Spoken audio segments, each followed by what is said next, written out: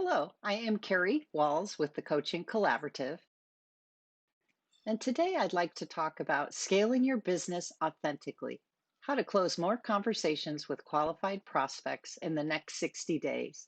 And the key is without being pushy or salesy. My goal in sharing this information is to share with you what I've learned over 30 years in selling my services to help you be effective and achieve more sales quickly, easily, and comfortably. I will also share 3 secrets to increase your effectiveness in selling your services. If you stay until the end, I will share with you my 6 steps to overcoming your sales allergy at no cost. And these are some really great tips about how to get more comfortable with sales and do it more easily. So, how is the coaching collaborative different? One of the ways we're different is we hold the client as an expert on themselves and their business. I'm not an expert coming in providing answers, but I really work with the client as the experts and help them get the gold that's inside of them out so they can make more money and be more effective. I personally have received great coaching over my life, as well as horrendous coaching over 30 plus years. And I've learned great things from all of it. And we always operate with respect for everybody and in integrity. I do believe that coaching is a creative process between the coach and the client. And we may challenge you, but always with respect and with honoring a relationship that is built on respect, trust, and shared purpose. So, who am I and why should you listen to me?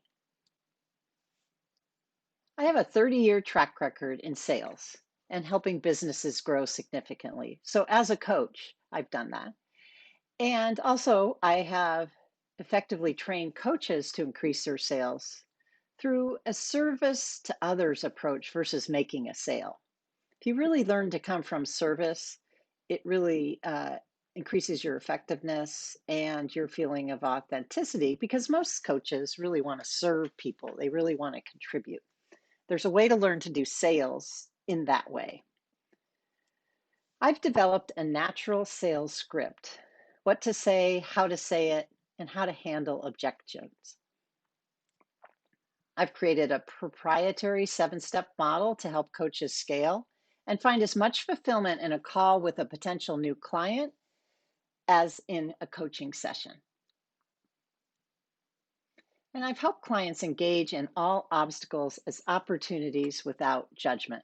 We often don't like some of the challenges and obstacles we have, but if we can learn to engage in them, it really makes a difference. And that's where all the learning is. The average client I've worked with over my 20 years plus as a coach have worked with me 2 plus years, and I have some who've worked with me up to 10. The lifetime value of clients is so much more important and more valuable. And it's something I don't see people talking about when they're helping coaches to develop.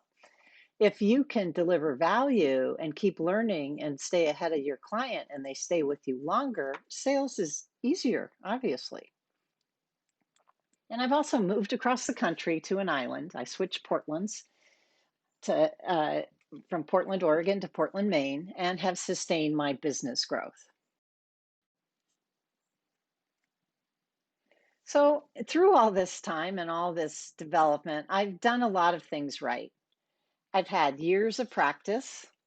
I've made mistakes and I've learned from them as I talk to people. And I've learned what kind of approach and what words and how to talk to people so it creates an impact and helps them understand how coaching can help them and how I can help them.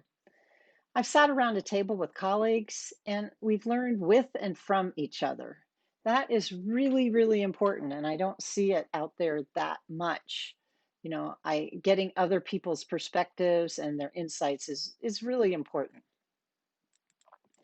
I've always put the relationship with the client first and foremost, and I listen to client concerns.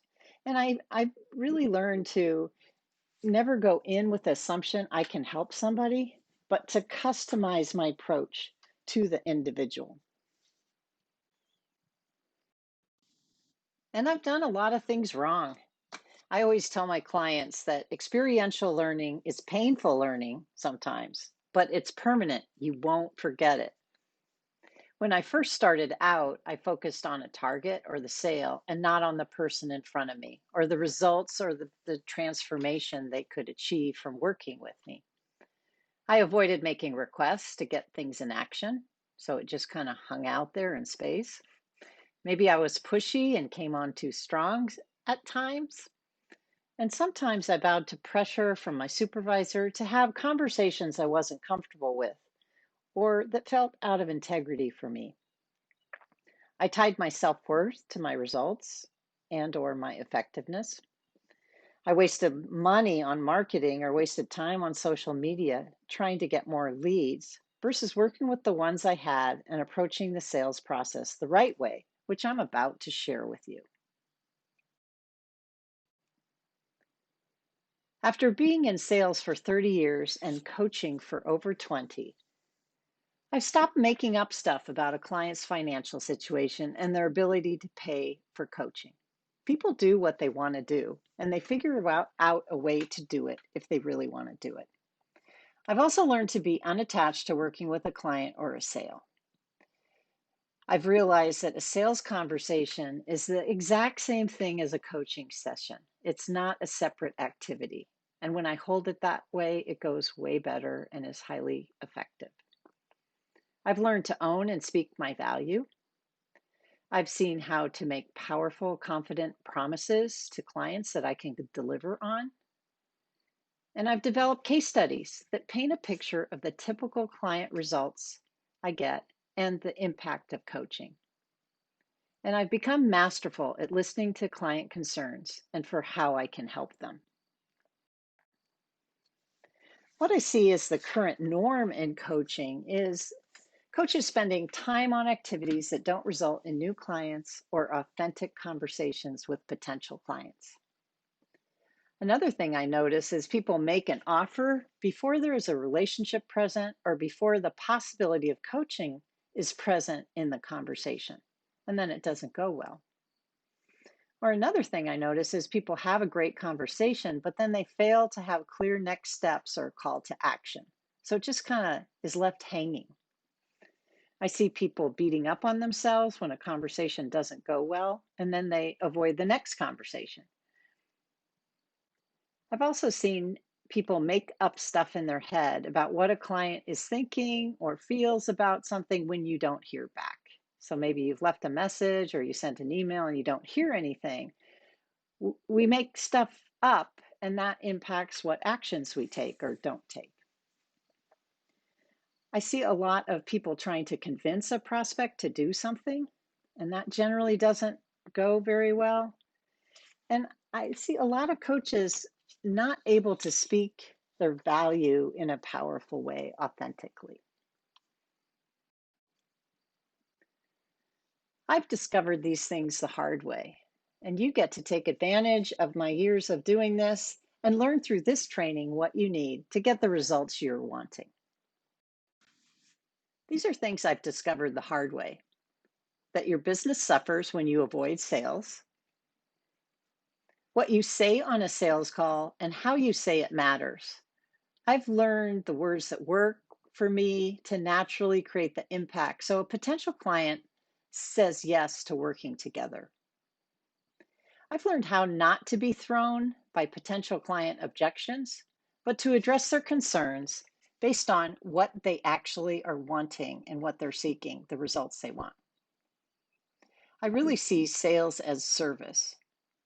If I don't talk about how I can help someone, a potential client may miss getting relief for a situation they're struggling with. I've also learned the art of zero attachment through having my focus 100% on the client results and not on my own.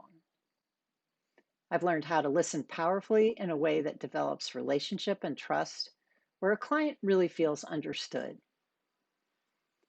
And I found ways to find sales activities that leverage my strengths and that I enjoy, and to be consistent about those actions.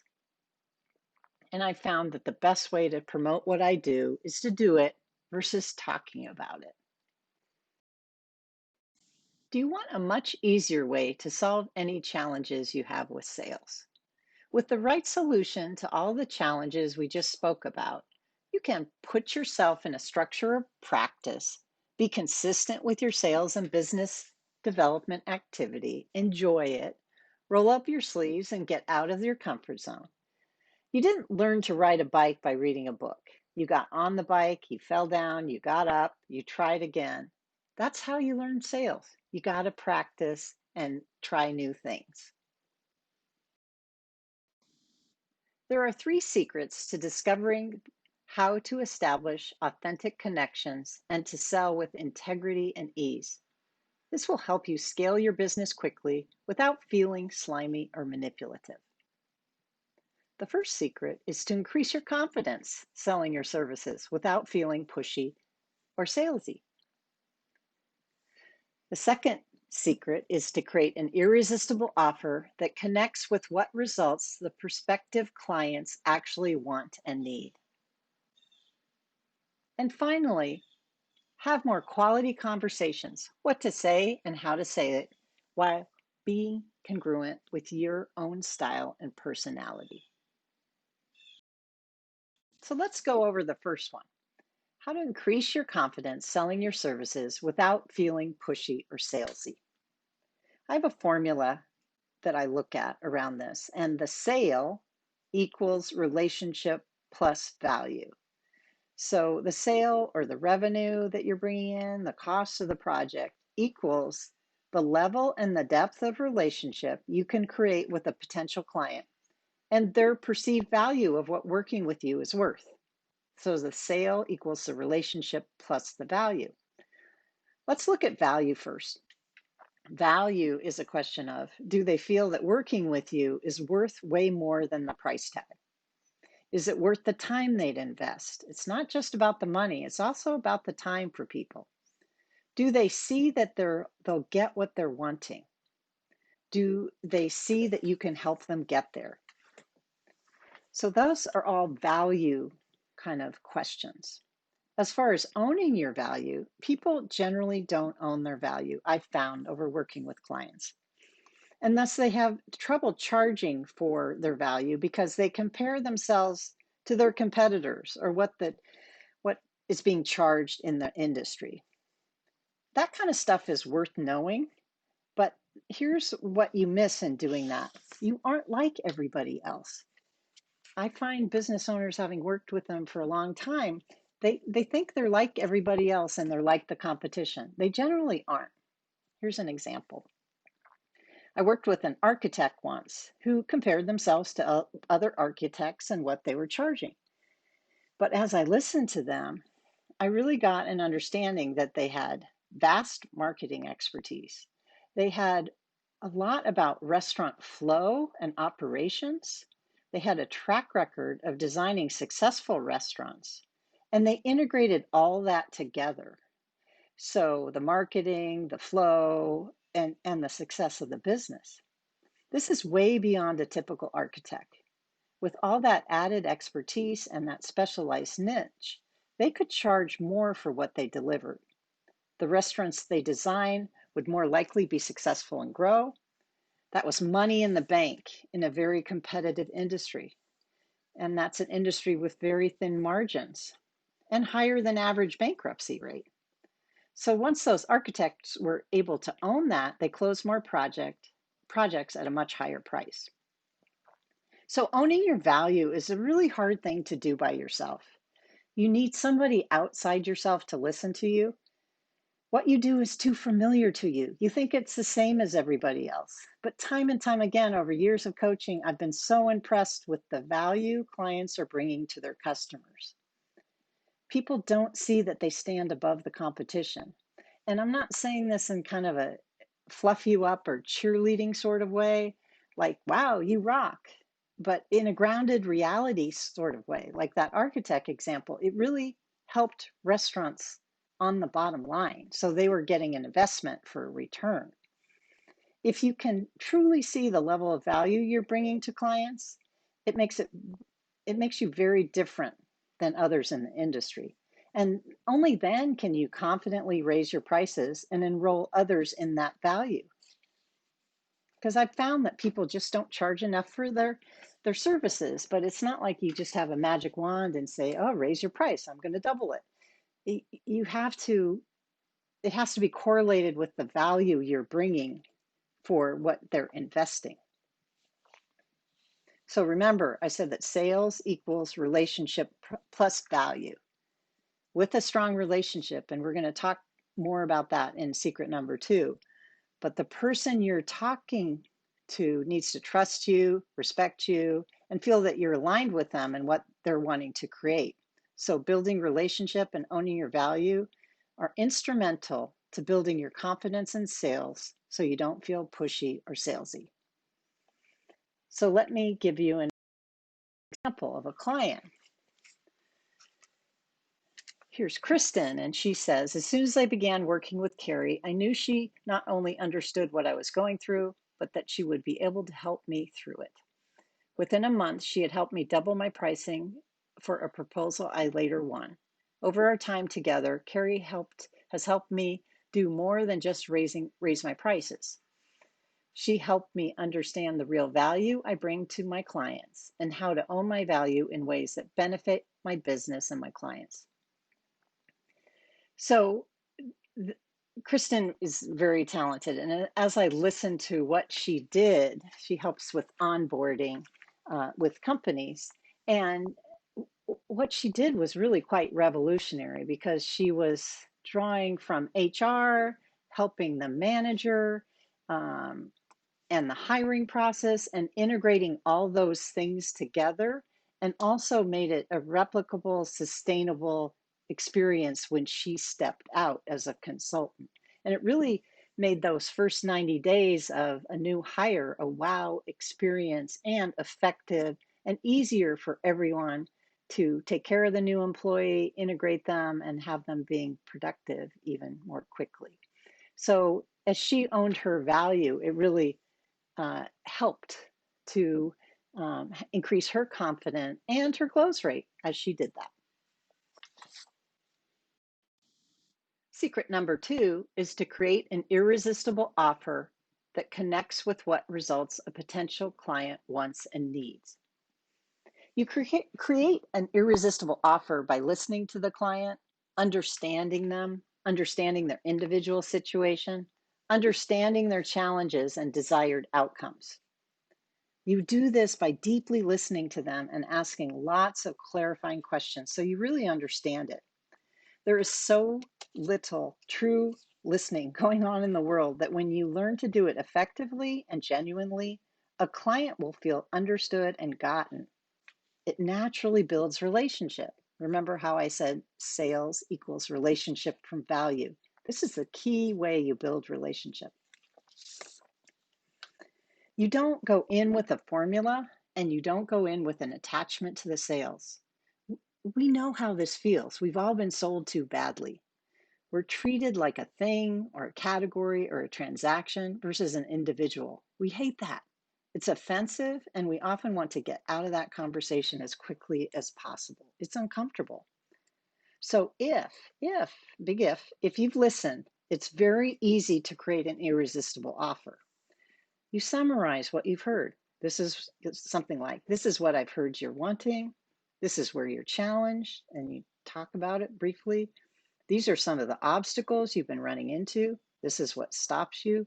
You summarize what you've heard, and the potential client will correct you if you didn't catch it right, or fine tune it, or they'll say, yeah, that's exactly right. Also, as you're doing this, you sprinkle in the summary comments like, I can help you with that.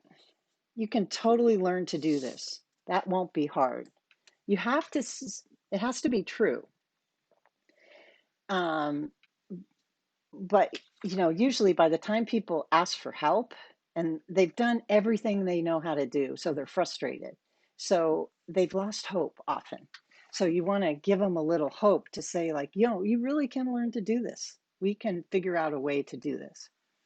When you've done this well, listened, and it's a good fit, for example, you can help them and they understand that, people will naturally ask something like, how do we work together? What's your program? What does it cost? Sometimes what I do is I just listen and I reflect back what I've heard, and I sprinkle in, like, give them some hope. And I might give a few case studies relate to the client situation. Um, and I'll just ask, what questions do you have? And then they'll naturally, if you've listened well, they'll say, how do we work together? How does it work? What's the cost? What's the program you offer? It just naturally flows into working together if you've built relationship through listening to their individual situation. It's very natural and easy. So the key is listening that helps you present the offer that solves exactly what the potential client is looking for. So here's an example of the power of listening in a sales conversation. One of my clients went into a meeting planning to make a $50,000 proposal. Because she was practicing what we had talked about, she heard the client's challenges, issues, and concerns at a deeper level. She knew she could help them like no one else could.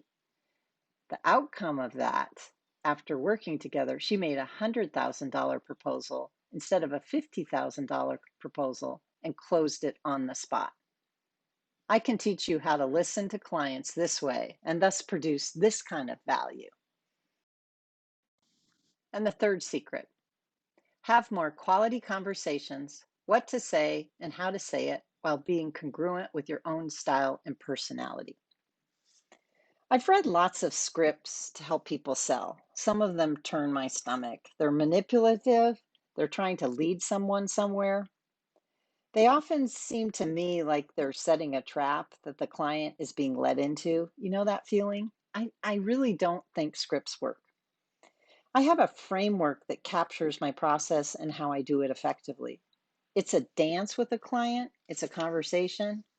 It's not just the words. So who you're being is key. Like, you have to care, you have to listen. And are you wanting to help them, serve them, versus you're trying to close a sale? So instead of my script, here's my framework, and it has 6 steps. The first step is give them a summary of how the conversation is designed when you start a sales conversation. It might be something like, I want to understand you and your individual situation, where you'd like to get to, what are your challenges, and then we'll see if I'm a good fit to help you get there. Does that sound good? Just kind of a summary so they know the lay of the land. And just let them know you'll have lots of questions, and if they're uncomfortable answering any of those, just let you know. I'm really just wanting to understand you to see how I can help. The second step is create relationship, and that's just what we talked about in the last secret. Listen and ask questions. What results are you wanting? What is your vision? Where would you like to get to? What are your goals? Those are all questions about the future that they're wanting to create. Then I ask, what are your challenges getting there? What stops you from getting into action? And if you're not getting enough detail, another good question is, what frustrates you? Where do you get upset? Because that tells you where they're frustrated and where they're getting stopped, or the result they're trying to get to is getting thwarted. What are you concerned about? I always ask things like, can you give me an example of that, where that happened recently? Then I ask more questions about their answer, like, what did you say when that happened? What did they say? Then what happened? So I'm really trying to get a really clear picture of what's going on and where they're frustrated and what might be getting in their way. I might ask, what have you tried to address this situation so far? And just, I can't say enough, you ask a lot of questions about their answers. So don't make assumptions about their answers, but ask lots of questions till you really get a clear picture about it. Step 3, and I mentioned this in the last secret a little bit, summarize some of what you've heard. Like, so you're frustrated with blank and you've tried blank and that didn't work because blah, blah, blah. You're wanting X. Use their own words of as if possible. And then after you've summarized, you say, did I capture it? What else haven't you told me about this that relates to what you're trying to accomplish? And this is during step 2 and 3. Sprinkle in hope. Wow, that's tough, you might say. It has to be genuine. You can't just say those words. I can see some new things we could try. You can learn this, etc. Step 4 is where you open up how you could work together. You could ask, are there questions they have about you? Or do they want to know your recommendation of how I could help you with your situation? I think it's really important to say it like that too. Like you really are an expert with a recommendation. So it owns some power when you say it that way. And step 5, get the next step agreed and in action with a by when. It's really important. Get the next step agreed to together and in action with a by when. Something like, so I can send you an invoice and the payment link, and then we'll get our sessions on the schedule. Or we'll start to get to work to provide you some relief and make some progress. Or they can get back to you by X and try to make that as short a time frame as possible, within 48 hours, not too long. And step 6 is always leave them in possibilities. Even if they say no or they decline for now, just always leave them in possibilities. Maybe you can say, is it okay if I follow up with you in a month? This situation can improve. This could help. Anything that just have them with a sense of hope. I've had a client come back, 60 days after, and say, in a bigger hole, remember, and wanting to get to work after they said no. So no just means no for now. So here's a sample case study. Julie, who I worked with, she says she helped me reach my goal 8 months early. The progress I've made working with Carrie includes signing not one, but 2 new clients, better listening skills, so I can hear clients' concerns and taking ownership of my value. So this stuff does work, and it shows up in your business results. In the past half hour, would you agree it's been time well spent so far? I hope so. We can't cover everything you need in a half-hour webinar. So for a select few of you, I would like to open up my calendar for a free 30-minute strategy session to learn more about where you are, where you're looking to go to in your business, and map out a plan to help you get there. One thing I've always done throughout my career is I've invested in mentors who have a track record of doing and accomplishing what I'm wanting. What we've talked about today does take practice, fine-tuning, and a conversation with someone outside yourself to help you move forward. What I've talked about today is part of my proven 7-step process to help you learn to sell your services authentically through service. If all of this makes sense to you and you want more information, I'd love to set up a time to chat with you. I promise, this will be time well spent to move your business forward. If this is for you, if you feel like you need this, you need more clients, you're ready to take your business to the next level, you need more income in your business, then let's set up a time to chat. You book your 30-minute sales strategy session here by clicking that link below.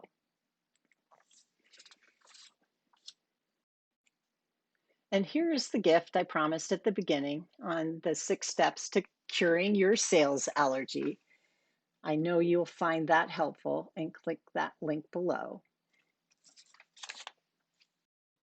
And I look forward to talking with you soon.